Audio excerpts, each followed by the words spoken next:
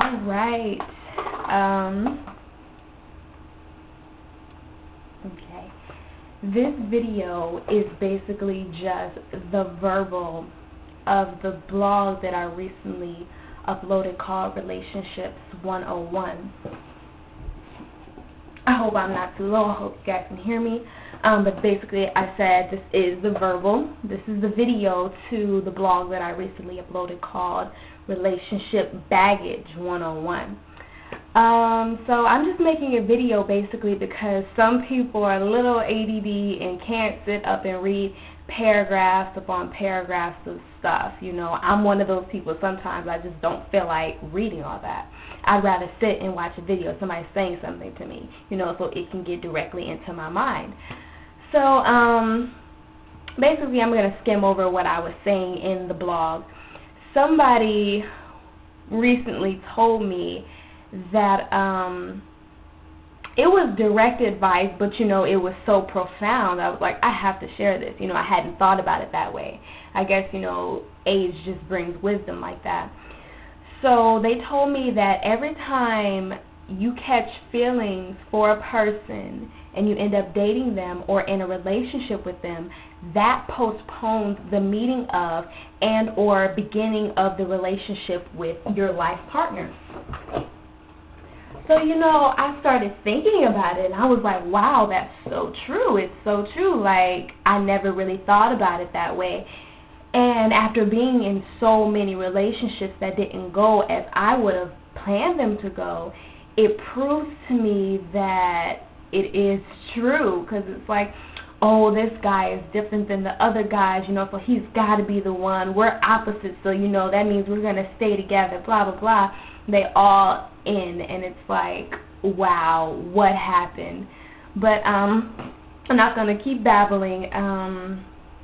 I just gave a couple examples of why I believe the quote is true. So I said each time you begin a new relationship, if you can get past inhibitions that is going to end badly like the past one did, you have to start from scratch. Every relationship has to start from scratch, unless you already knew that person, but that's not what we're talking about right now. You have to go over likes, dislikes, pet peeves, what annoys you, what doesn't, etc. All of these things and many more leave you doing what? Maybe it's just me, but it leaves me thinking about the good of the old relationship. This makes you start thinking about your ex in particular, and how even though that relationship turned sour before your eyes, you have to deal with the new awkward relationship feel, you know? In your new relationship, you may even begin talking to your ex again, dun dun dun, reminiscing, thinking about old wine and new wineskins. Before you know it, your whole new relationship is now thrown off because you cannot mix the old with the new. Mark 2:22 clearly states, and no one pours new wine into old wineskins. If he does, the wine will burst the skins, and both the wine and the wineskins will be ruined. No, he pours new wine into new wineskins. So you're getting into this new relationship knowing you never got closure with your ex. You never got clarity from God as to why you were not supposed to be in that relationship in the first place. And you never got the clearance from God himself to begin a new relationship anyway. You know, so that's one example of why that quote is true.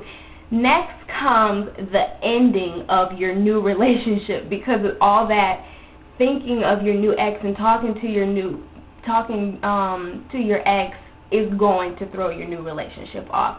I tried it so many times. I was like, well, you know, I'm not really trying to get back with my ex, but I knew I had feelings, and before you know it, it is going to throw everything off. You're going to find yourself off balance. You're going to find yourself having mixed emotions, mixed feelings, and it's going to end badly. So, you know, after your new relationship ends and blah, blah, blah, you're crying, can't figure out why it ended, but you really know why it ended. So you start to think why your perfect relationship has now gone down the drain. You refer to example A, how I said you're doing all that stuff, you're doing too much is going to throw everything off balance.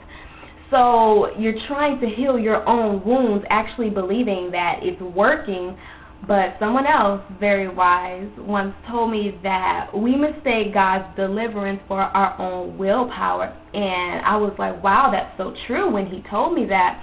I believe the true test comes when, the rubber meets the road.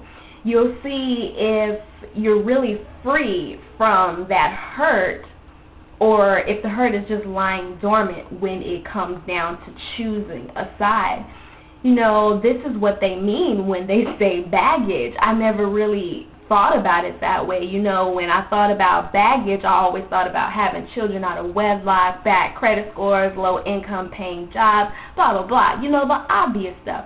But nobody really thinks about how much emotional damage beginning and ending relationships can cause to your heart, your mind, your soul, All that will build up over time if you do not let God really deliver you from it. So it's like, why not take care of the baggage that's so prevalent and easy to get rid of? Just ask God, deliver me from this, take this from me. Give God time to actually heal you. Be patient. God's on his own schedule, not yours. And honestly, you might as well go his way because he's going to have his way in the end. It always works out that way. 1 Corinthians 10:23 says, you say I am allowed to do anything, but not everything is good for you. You say I am allowed to do anything, but not everything is beneficial. Yes, you can do what you want. You are an